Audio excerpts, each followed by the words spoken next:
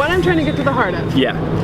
Is it's not about being famous, it's about making your mark. I feel like Carrie's made her mark because of who the person she is. I feel like the people that show up, there are people that show up in big ways and small ways that make their mark. You might know them and you might not.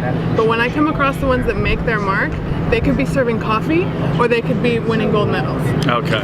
And what is that perspective? What is that thing? What's the tangible perspective that creates making your mark? Well,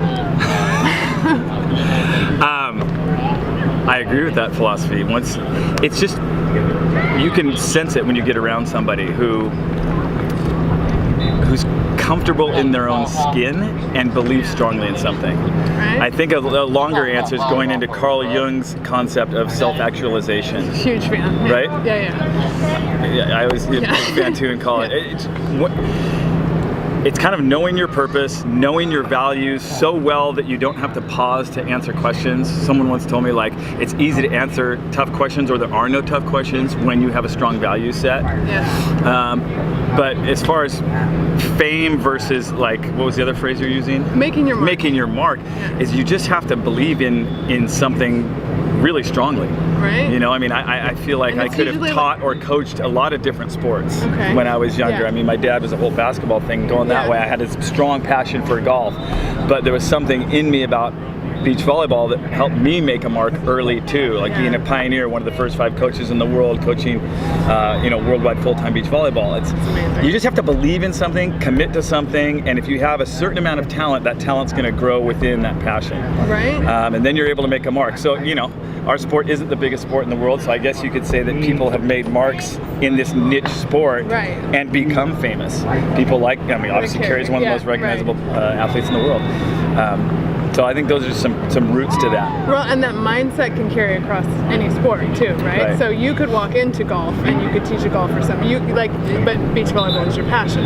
So it goes back to mixing that mindset with the passion. Yes. And then you've got passion is one of John Wooden's blocks in the pyramid, right? Enthusiasm. If you don't have enthusiasm what you're doing, it's hard to make a mark. It's hard to be significant. It's hard to grow and become better without enthusiasm. So. Okay, and last question. Optimism. Like, obviously that's my brand, that's what I'm trying to promote. How does that play into? It plays directly into this question and directly into this whole concept of making a mark. Again, it's really hard to become successful without enthusiasm and without optimism. Without, in Wooden's block, it's called faith, right? It's believing that good things are going to happen if you keep making the right decisions and put in the right work. Right.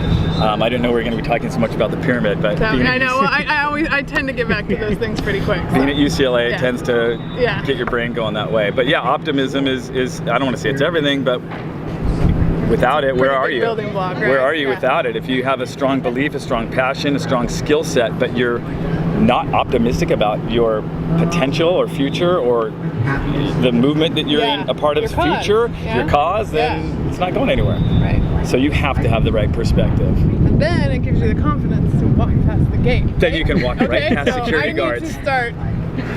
You saw me do it. I got it pressed.